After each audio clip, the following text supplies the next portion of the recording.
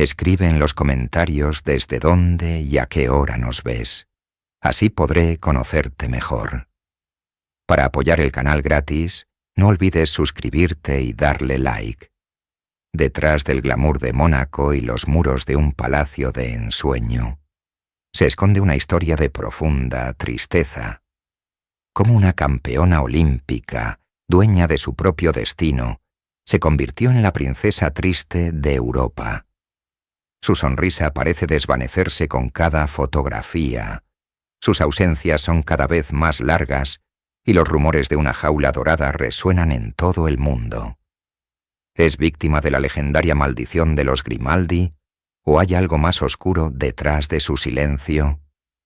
Acompáñanos a desvelar el enigma de Charlene de Mónaco.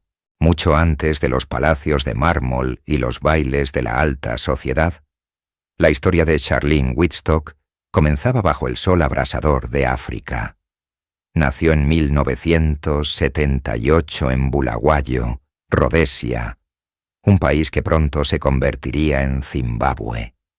Su mundo no era de tiaras, sino de cloro y cronómetros. Hija de Michael, un gerente de ventas, y Lynette, una entrenadora de natación y buceo, el agua fue su elemento desde la cuna. La familia, en busca de mejores oportunidades, se trasladó a Sudáfrica cuando Charlene tenía solo 12 años, un movimiento que cimentaría su destino como atleta de élite. Su vida se regía por una disciplina de hierro: despertarse antes del amanecer, incontables horas en la piscina, el olor a cloro impregnado en su piel y una dieta estricta. Su madre fue su primera mentora, inculcándole una ética de trabajo implacable. No había tiempo para las distracciones típicas de la adolescencia. Cada brazada, cada vuelta, era un paso más hacia la gloria olímpica. El sacrificio dio sus frutos. Charlene se convirtió rápidamente en una de las nadadoras más prometedoras de Sudáfrica, dominando el estilo de espalda. Ganó múltiples títulos nacionales, pero su mirada estaba puesta en un escenario global. El pináculo de su carrera llegó en el año 2000, cuando se clasificó para representar a su país en los Juegos Olímpicos de Sydney. Formó parte del equipo de relevos 4x100 metros estilos, que alcanzó un meritorio 5º lugar. En ese momento, ella era Charlene Wittstock, la atleta. Una mujer forjada en la soledad de la calle de una piscina, cuya identidad se definía por la fuerza, la resistencia y la búsqueda incesante de la perfección. Poco podía imaginar que ese mismo año, en una competencia menor en un pequeño principado europeo, su vida daría un giro que ni el más audaz de los guionistas podría haber concebido. El año 2000 fue crucial para Charlene Wittstock. Tras la euforia de los Juegos Olímpicos de Sydney, su calendario la llevó a un destino que contrastaba radicalmente con las piscinas de entrenamiento de Sudáfrica: Mónaco. El Principado, un enclave de lujo y poder en la Riviera Francesa, era el anfitrión del prestigioso torneo de natación Mare Nostrum. Para Charlene, era una competencia más, una oportunidad para medir su talento contra la élite europea. Para el destino, era el escenario de un encuentro que reescribiría su futuro. Presidiendo el evento se encontraba el príncipe Alberto II, heredero al trono monegasco, un ávido deportista y figura clave del Comité Olímpico Internacional. Alberto, hijo de la icónica actriz Grace Kelly, y el príncipe Rainiero III, vivía bajo el constante escrutinio de la prensa mundial. Durante la ceremonia de premiación, sus caminos se cruzaron por primera vez.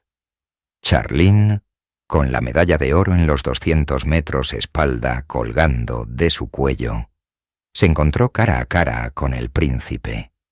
El protocolo dictaba una breve felicitación, un apretón de manos y una foto. Sin embargo, testigos de aquel momento describen una chispa de interés mutuo. Alberto, cautivado por la elegancia atlética y la serena presencia de la nadadora sudafricana la invitó a cenar esa misma noche junto a otros atletas. Charlene, aunque sorprendida, aceptó. Fue una velada discreta, lejos de los flashes. Una conversación que fluyó con facilidad, un primer vistazo a dos mundos que colisionaban. El rigor del deporte de alta competición y el peso de una corona milenaria. No fue un romance instantáneo, sino la siembra de una semilla. Charlene regresó a su vida de entrenamiento y Alberto a sus deberes reales, pero el recuerdo de ese encuentro en Montecarlo permanecería latente, esperando el momento adecuado para florecer. Pasaron casi 6 años desde aquel primer encuentro en Mónaco. 6 años en los que Charlene continuó su carrera, aunque una lesión en el hombro la obligó a retirarse antes de los Juegos Olímpicos de 2008. Mientras tanto, su conexión con el príncipe Alberto se mantuvo en privado, lejos del radar de los medios. Todo cambió en febrero de 2006. El mundo observó con asombro cómo Charlene Wittstock aparecía del brazo de Alberto en la ceremonia de apertura de los Juegos Olímpicos de Invierno de Turín. Ya no era un rumor, era una declaración. De la noche a la mañana, la nadadora sudafricana fue catapultada a la fama internacional, pero con ello llegó una presión inimaginable.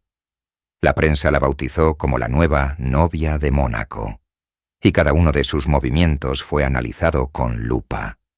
El Principado, con su historia y sus estrictos protocolos, era un mundo ajeno a ella. Tuvo que embarcarse en una transformación total.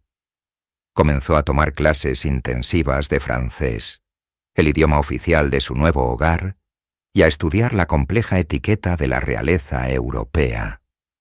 Se esperaba que abandonara su estilo de vida sencillo y deportivo para adoptar la sofisticación de una futura princesa. Quizás la carga más pesada fue la comparación constante con la madre de Alberto, la legendaria princesa Grace Kelly, la estrella de Hollywood, que se convirtió en un ícono de la realeza, dejó una sombra imborrable.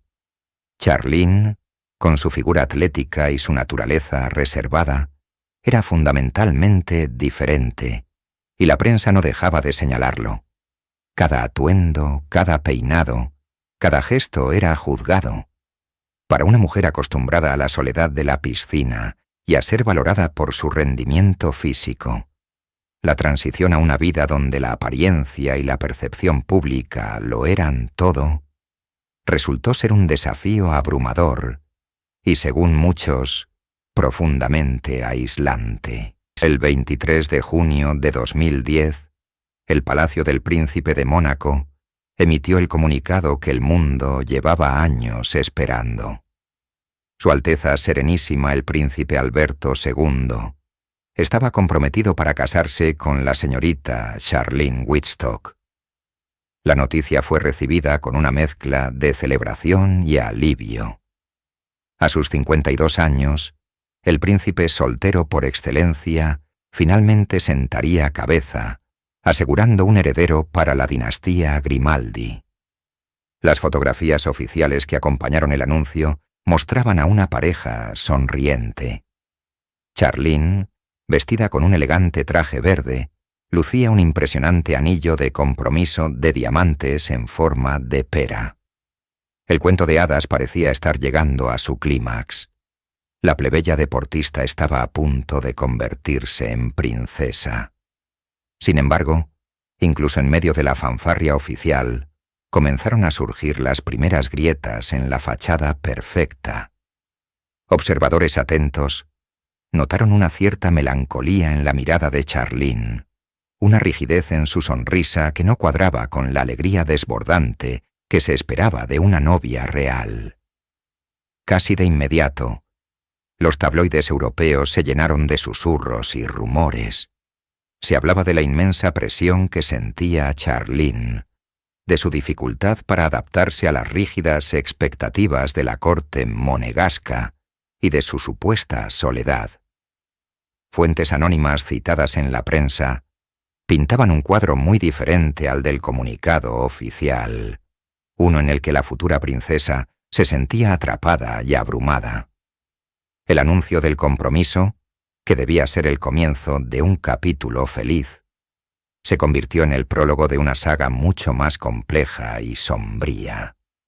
Las sombras que se cernían sobre este compromiso eran un presagio de la tormenta que estaba por desatarse, una tormenta que amenazaría con descarrilar la boda real antes incluso de que comenzara. A pocos días de la que debía ser la boda del año, el Principado de Mónaco, engalanado y listo para celebrar, fue sacudido por una noticia que heló la sangre de la realeza y fascinó a la prensa mundial. El 28 de junio de 2011, la revista francesa L'Express publicó una historia explosiva. Charlene Wittstock, la futura princesa, había intentado huir de Mónaco. Según la publicación, la exnadadora sudafricana se había presentado en el aeropuerto de Niza con un billete de ida a Sudáfrica, desesperada por escapar de su propio cuento de hadas. El artículo afirmaba que la policía del aeropuerto, actuando bajo órdenes del palacio, le había confiscado el pasaporte, obligándola a regresar. Los motivos, según se susurraba, estaban relacionados con nuevas y perturbadoras revelaciones sobre la vida personal del príncipe Alberto, detalles que habrían llegado a oídos de Charlene en el peor momento posible. El Palacio Grimaldi reaccionó con una furia inusitada, emitiendo un comunicado en el que desmentía categóricamente lo que calificaron como rumores feos y alegaciones falsas. El abogado de Alberto, Thierry Lacoste, atribuyó las historias a la pura envidia y a un intento deliberado por sabotear la imagen del Principado. Sin embargo, el daño ya estaba hecho. La negación oficial no pudo apagar el incendio mediático. La narrativa de la novia fugitiva se extendió como la pólvora, transformando la anticipación de una boda real en un drama de suspense. ¿Estaba Charlene siendo coaccionada? ¿Era una prisionera en su propia boda? La imagen de la sonriente prometida se resquebrajó, siendo reemplazada por la de una mujer atrapada, sembrando una duda indeleble que ni el lujo ni la pompa de los días siguientes lograrían disipar por completo. El 2 de julio de 2011, el mundo contuvo la respiración. La ceremonia religiosa de la boda de Alberto y Charlene de Mónaco se celebraba en el patio principal del Palacio Grimaldi, un escenario de ensueño para un evento transmitido a millones de personas. Charlene lucía espectacular con un vestido de Armani Privé, una obra de arte de seda y cristales. Sin embargo, no fue el vestido, ni el lujo, ni los ilustres invitados lo que quedó grabado en la memoria colectiva. Fueron sus lágrimas. Durante la ceremonia, mientras sonaba la música en la capilla de Santa Devota, las cámaras se centraron en el rostro de la nueva princesa, y allí estaban, lágrimas silenciosas rodando por sus mejillas. No parecían las lágrimas de alegría abrumadora que uno podría esperar de una novia en su día especial. Su expresión era de una tristeza profunda, casi de resignación. El príncipe Alberto, a su lado, intentó consolarla con torpes susurros y una palmada en el hombro, gestos que para muchos espectadores parecieron más incómodos que reconfortantes. Las imágenes dieron la vuelta al mundo en cuestión de minutos, convirtiéndose en el símbolo de la boda. La prensa internacional no tardó en bautizarla como la princesa triste. Esas lágrimas fueron interpretadas como la confirmación pública de todos los rumores previos. Parecían el llanto de la novia fugitiva que no había logrado escapar. Aunque el palacio insistió en que eran lágrimas de emoción y tensión acumulada, la percepción pública fue otra. Aquel «sí quiero», pronunciado con voz temblorosa, no selló un cuento de hadas, más bien marcó el inicio de un enigma, el de una princesa cuya melancolía se hizo visible ante el mundo entero en el día más importante de su vida.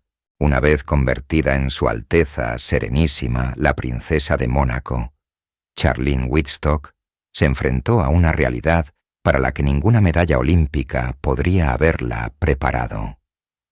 Su vida anterior, regida por la disciplina espartana de la natación, la autodisciplina y la búsqueda de metas personales, fue reemplazada por un mundo de protocolo rígido, apariencias constantes y un escrutinio implacable. La transición fue brutal. Uno de los primeros y más grandes obstáculos fue el idioma. Aunque hablaba inglés y afrikaans, tuvo que sumergirse en el aprendizaje del francés, la lengua oficial de Mónaco, y también del dialecto monegasco, para integrarse plenamente. Cada aparición pública era un examen, cada palabra analizada. Su comportamiento, a menudo reservado y serio, era frecuentemente malinterpretado por la prensa y el público como frialdad, desinterés o infelicidad, alimentando la narrativa de la princesa triste. Rápidamente asumió sus deberes reales. Se involucró en causas benéficas, creando en 2012 su propia fundación dedicada a enseñar a los niños a nadar y promover la seguridad en el agua, uniendo su pasado como atleta con su nuevo rol. Sin embargo, incluso en estos actos, su semblante a menudo parecía distante, como si estuviera desempeñando un papel en lugar de vivir su vida.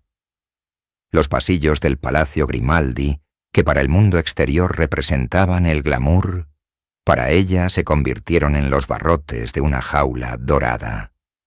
La libertad y la espontaneidad de su vida anterior se desvanecieron, reemplazadas por una agenda controlada y la pesada carga de las expectativas de una nación y una dinastía milenaria. Desde el momento en que su compromiso con el príncipe Alberto se hizo oficial, Charlene fue colocada bajo una sombra de la que nunca ha podido escapar por completo. La sombra de Grace Kelly. La princesa Grace no era solo la madre de su esposo. Era un ícono global, una leyenda de Hollywood que se había transformado en una de las altezas más queridas y admiradas del siglo XX. Su elegancia, su carisma y su trágica muerte la habían convertido en un mito intocable en Mónaco, y más allá. Para Charlene, esto significó que cada uno de sus movimientos, cada elección de vestuario, cada gesto y cada palabra serían inevitablemente comparados con los de su legendaria predecesora. La prensa se deleitaba en los análisis paralelos. ¿Era Charlene tan elegante como Grace?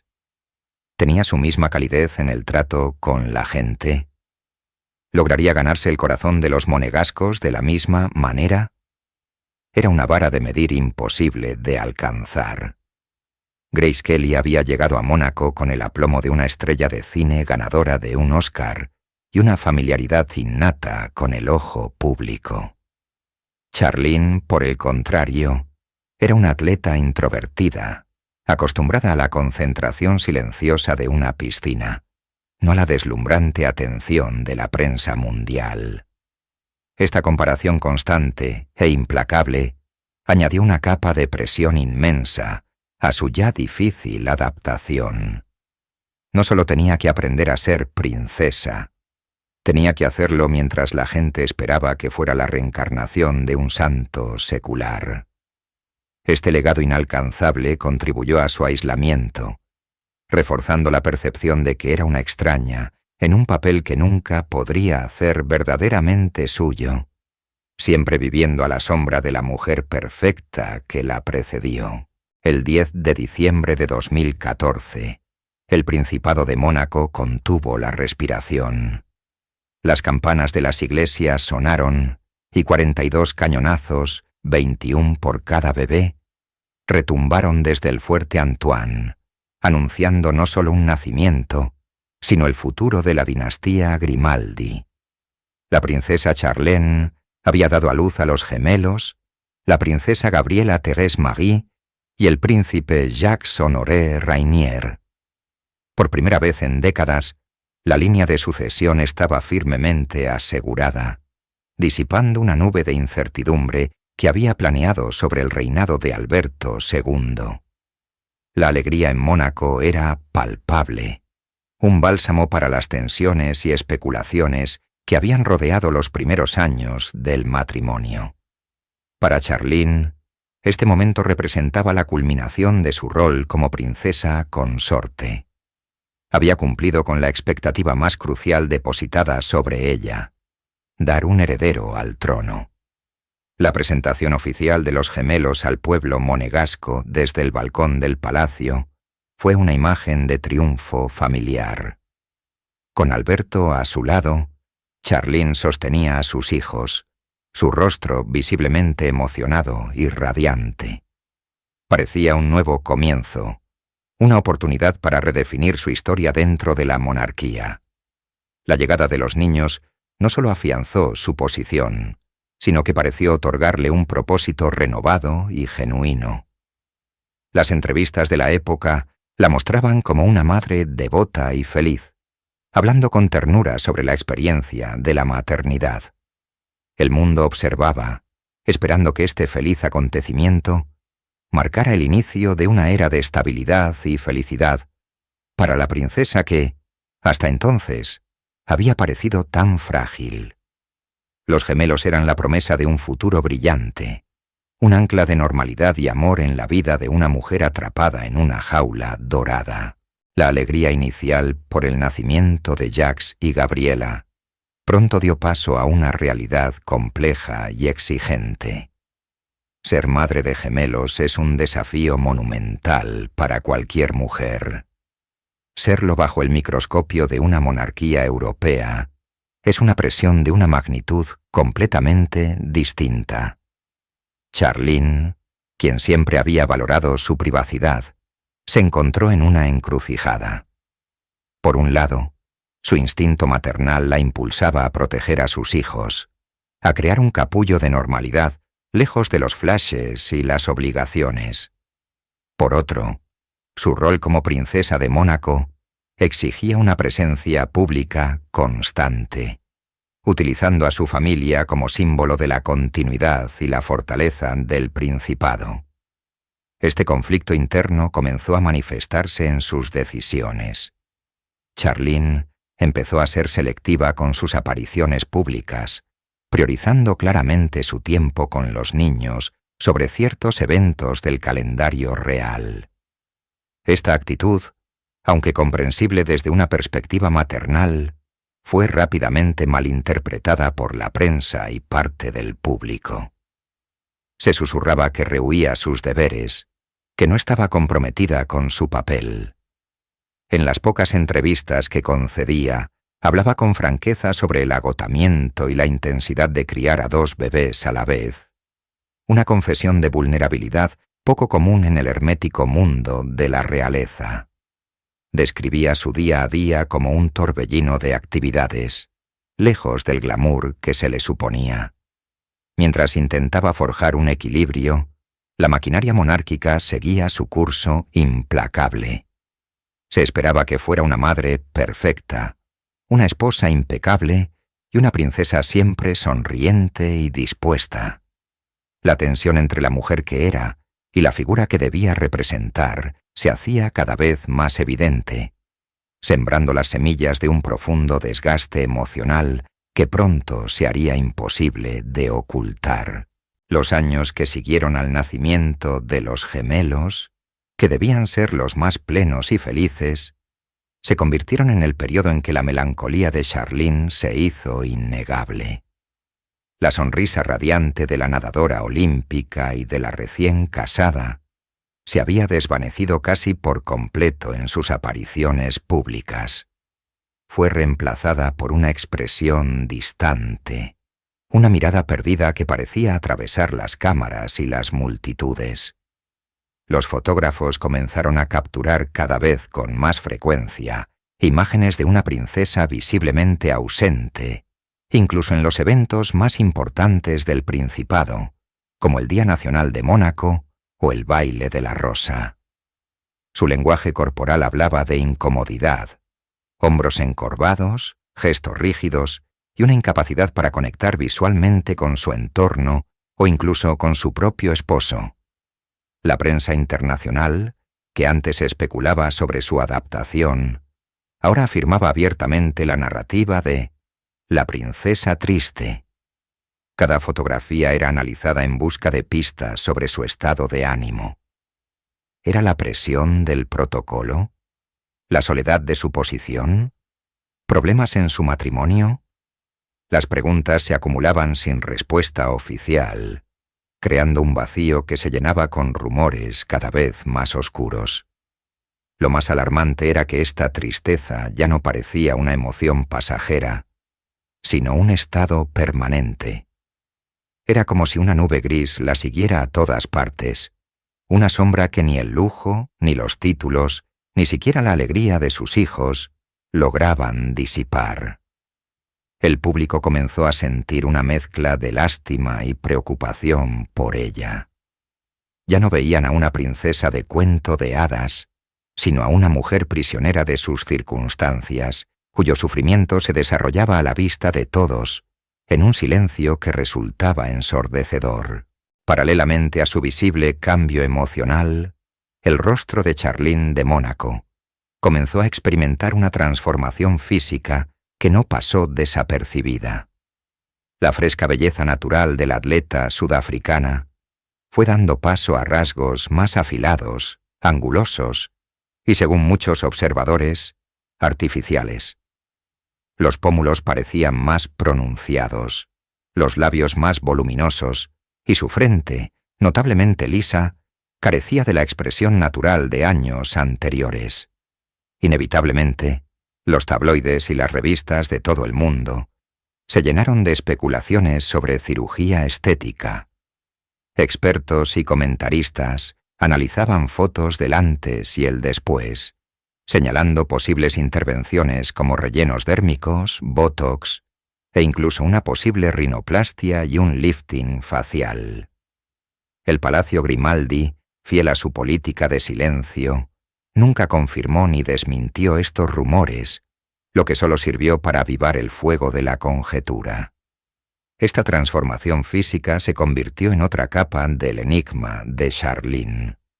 Para algunos, era la prueba de su infelicidad, un intento desesperado por construir una máscara, una armadura facial para enfrentar un mundo en el que se sentía juzgada y expuesta.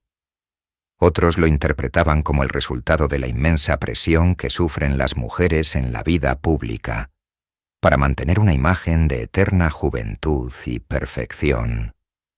Su rostro cambiante se convirtió en un lienzo sobre el que el público proyectaba sus propias teorías sobre su estado mental y matrimonial.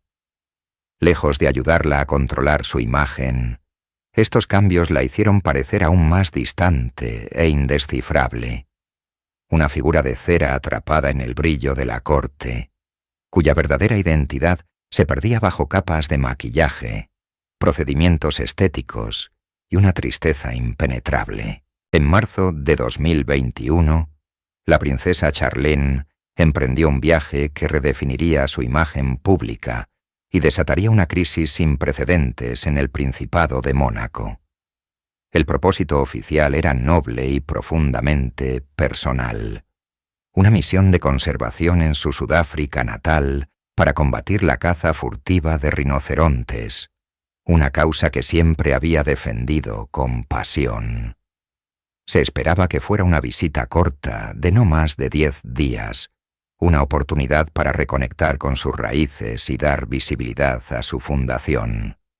Sin embargo, los días se convirtieron en semanas y las semanas en meses. La princesa no regresaba. La primera explicación del palacio fue escueta y médica. Charlene había contraído una grave infección de oídos, nariz y garganta antes del viaje, la cual se complicó y le impedía volar de regreso a Europa. Los médicos le habían prohibido viajar en avión debido a la imposibilidad de ecualizar la presión en sus oídos, lo que podría causarle daños severos. Lo que comenzó como una justificación sanitaria, pronto se convirtió en el centro de un torbellino de especulaciones. La ausencia de la princesa en eventos cruciales, como el Gran Premio de Mónaco o su propio 10º aniversario de bodas, era inconcebible. La misión de conservación quedó completamente eclipsada por una pregunta que resonaba en la prensa mundial. ¿Estaba realmente enferma o estaba Mónaco presenciando el inicio de un exilio autoimpuesto, una huida silenciosa de una jaula dorada que ya no podía soportar? Sudáfrica, su hogar de la infancia, se transformó de repente en un refugio y una prisión. Mientras Charlene permanecía en Sudáfrica, el Palacio de Mónaco intentaba controlar una narrativa que se les escapaba de las manos. La versión oficial se mantuvo firme. Una severa infección otorrinolaringológica era la única causa de su prolongada ausencia. Se reveló que la princesa se había sometido a un levantamiento de seno maxilar y un injerto óseo antes de su viaje, procedimientos preparatorios para implantes dentales. Fue durante esta convalecencia cuando la infección se apoderó, creando una situación médica compleja y peligrosa para volar. Pero el silencio de la propia Charlene, roto solo por esporádicas y cuidadosamente seleccionadas publicaciones en Instagram, alimentaba las dudas. Mostraba videollamadas con sus hijos, Jax y Gabriela, o imágenes de su trabajo de conservación, pero su apariencia generaba más preguntas que respuestas.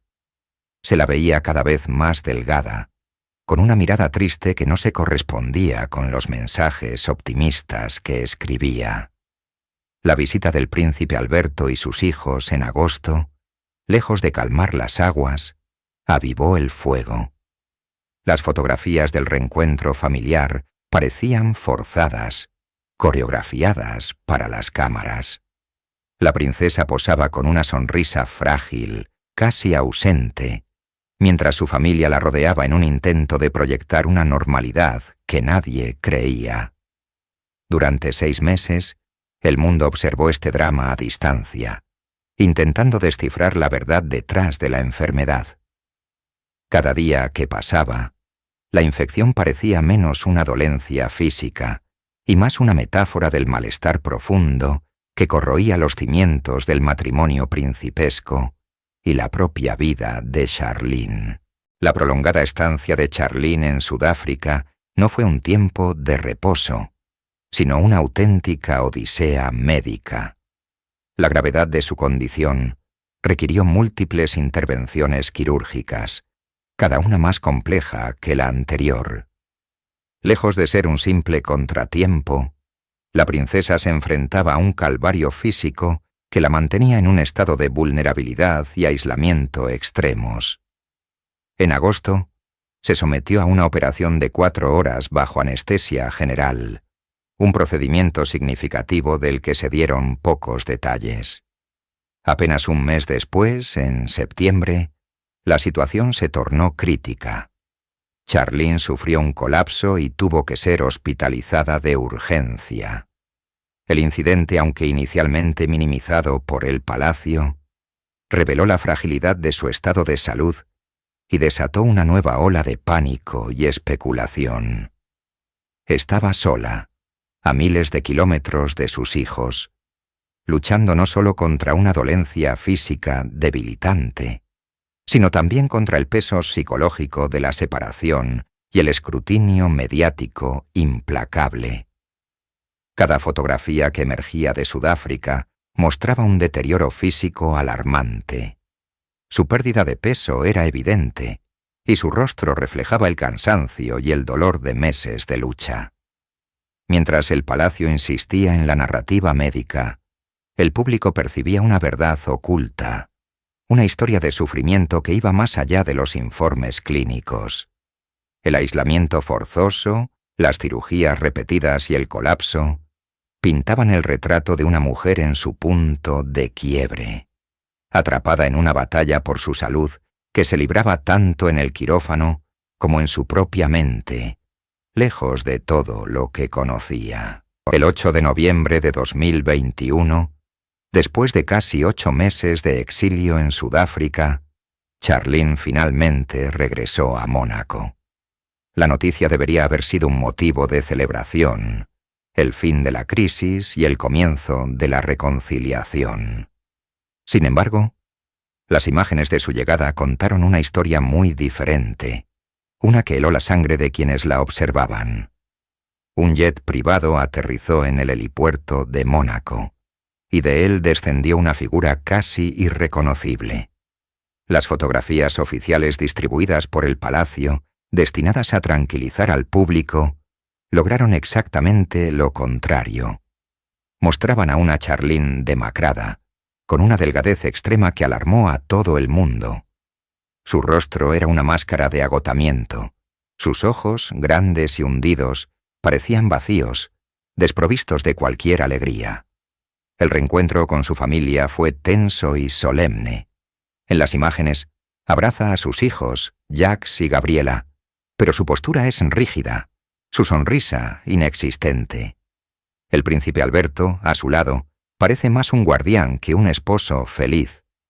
La imagen no era la de una familia reunida, sino la de un acto protocolario cargado de una tristeza inmensa. Aquella figura fantasmal, frágil y rota, era la antítesis de la nadadora olímpica fuerte y vibrante que Mónaco había conocido. El regreso, lejos de cerrar el capítulo, confirmó las peores sospechas. Charlene no estaba bien. Unos días después el palacio anunció que la princesa, abrumada por un profundo agotamiento, tanto emocional como físico, se retiraría de la vida pública y buscaría tratamiento en un centro fuera de Mónaco. El fantasma había vuelto a casa solo para desaparecer de nuevo. Tras 6 meses de angustia en Sudáfrica, el regreso de Charlene a Mónaco en noviembre de 2021 no fue el final feliz que muchos esperaban. Fue, en cambio, el preludio de un nuevo y misterioso capítulo en su exilio personal. Apenas unos días después de un reencuentro con su familia, documentado con fotografías que parecían más una puesta en escena que una reunión espontánea, la princesa desapareció de nuevo. El palacio se vio obligado a emitir un comunicado que solo avivó las llamas de la especulación. Se informó que, por decisión propia y con el apoyo de su familia, Charlene ingresaría en un centro de tratamiento fuera de Mónaco. El príncipe Alberto explicó públicamente que su esposa sufría un profundo agotamiento, tanto emocional como físico. Insistió en que la decisión no estaba relacionada con problemas matrimoniales, sino con la necesidad de Charlene de recuperarse de las secuelas de sus cirugías y del agotamiento extremo. El destino era una clínica de lujo en Suiza, un lugar discreto y exclusivo especializado en salud mental y tratamiento de adicciones, aunque el palacio nunca especificó la naturaleza exacta del tratamiento. Esta nueva separación, esta vez en un entorno clínico europeo, la alejaba una vez más de sus hijos, Jacques y Gabriela. La imagen de la princesa, que había luchado por volver a casa, siendo inmediatamente trasladada a otro país para su convalecencia, pintaba un cuadro desolador. Para el público, la narrativa oficial era difícil de asimilar sin escepticismo. ¿Era realmente una recuperación médica o un exilio forzado y medicalizado? La estancia en Suiza se convirtió en otro agujero negro informativo, un periodo de silencio que prolongaba la percepción de Charlene como una figura aislada, cuya verdadera condición permanecía oculta tras los muros de una institución de élite, lejos del principado que supuestamente era su hogar. Mientras Charlene se encontraba en su retiro suizo, la maquinaria de la especulación mediática europea trabajaba a toda máquina. surgió una teoría que ofrecía una explicación pragmática y fría a la crisis matrimonial: la existencia de un contrato. Publicaciones influyentes, como la revista francesa Boisie y la alemana Bunte, comenzaron a publicar detalles sobre un supuesto acuerdo financiero de proporciones monumentales. Según estas fuentes, el príncipe Alberto habría acordado pagar a Charlene una suma anual exorbitante, que se rumoreaba ascendía a más de 12 millones de euros, a cambio de que ella retomara sus deberes como princesa consorte y mantuviera las apariencias públicas. Este presunto pacto transformaba la institución del matrimonio en una transacción comercial. El rol de Charlene ya no sería el de esposa y compañera, sino el de una empleada de alto nivel del Principado, contratada para proyectar una imagen de estabilidad familiar que era crucial para la reputación y la economía de Mónaco. El Palacio Grimaldi, como era de esperar, nunca confirmó estas informaciones, desmintiéndolas como rumores malintencionados. Sin embargo, la idea de un matrimonio por contrato caló hondo en la opinión pública. Ofrecía una lógica, aunque cínica, a los acontecimientos.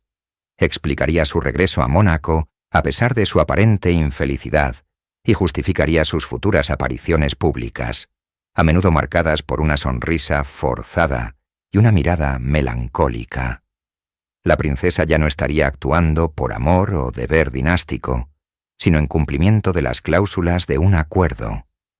Esta narrativa, aunque no probada, solidificó la imagen de Charlene como una prisionera en una jaula de oro, donde cada aparición pública tenía un precio y cada sonrisa era parte de una coreografía pagada, despojando a su papel de cualquier atisbo de romance o espontaneidad. Para entender la saga de Charlene, muchos observadores recurren a una explicación que trasciende lo racional y se adentra en el terreno de la leyenda: la maldición de los Grimaldi. Este relato, transmitido a través de generaciones, se ha convertido en una parte ineludible del folclore monegasco y ofrece un marco casi mitológico para las tragedias de la familia. La leyenda se remonta al siglo XIII, cuando, según se cuenta, el príncipe Rainiero primero secuestró y ultrajó a una hermosa joven flamenca. En su dolor y furia, la joven, que se decía era una bruja, lanzó una maldición sobre él y sus descendientes.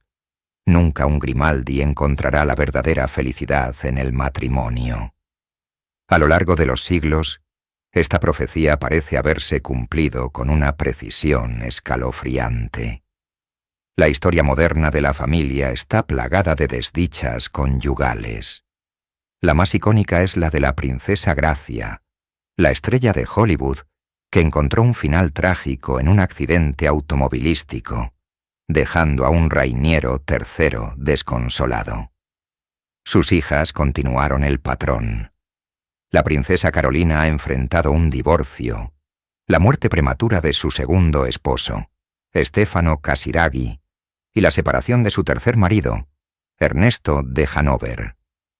La princesa Estefanía, por su parte, ha tenido una vida amorosa notoriamente tumultuosa, con matrimonios breves y controvertidos.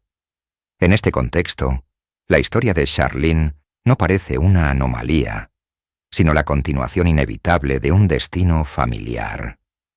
Su visible melancolía, sus problemas de salud, su prolongado exilio y los rumores de un matrimonio infeliz encajan perfectamente en el guión de la maldición. Se convierte en la última víctima de una profecía ancestral, una princesa del siglo XXI atrapada en una tragedia medieval. ¿Es solo una superstición o una fuerza real que persigue a la dinastía? Sea cual sea la respuesta, la maldición ofrece una narrativa poderosa que enmarca el sufrimiento de Charlene no como un fracaso personal, sino como el cumplimiento de un destino ineludible. Hoy, Charlene de Mónaco ha regresado a la vida pública, pero su presencia es un enigma.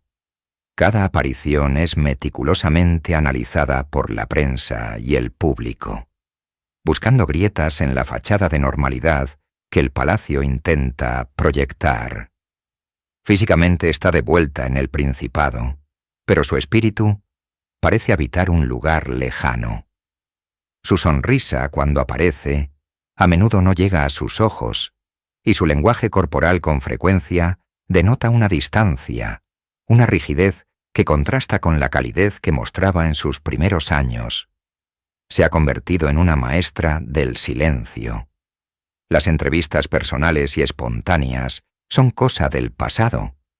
Toda su comunicación es ahora un monólogo cuidadosamente filtrado a través de comunicados oficiales. Habla a través de sus acciones cuidadosamente seleccionadas. Apariciones en eventos benéficos, especialmente los relacionados con su fundación, y posados familiares en fechas señaladas como el Día Nacional de Mónaco. Estas imágenes la muestran cumpliendo su rol al lado de su esposo y sus hijos, pero rara vez revelan algo de la mujer detrás del título. Las preguntas fundamentales sobre su bienestar, la naturaleza de su matrimonio y su futuro dentro de la monarquía, siguen sin respuesta. ¿Es una participante voluntaria en este arreglo, o una prisionera de las circunstancias, el deber y quizás, como algunos susurran, de un contrato? Su historia es un testimonio del inmenso peso de la corona en la era moderna. Es la crónica de una atleta de espíritu libre que se sumergió en un mundo de protocolos ancestrales y expectativas implacables.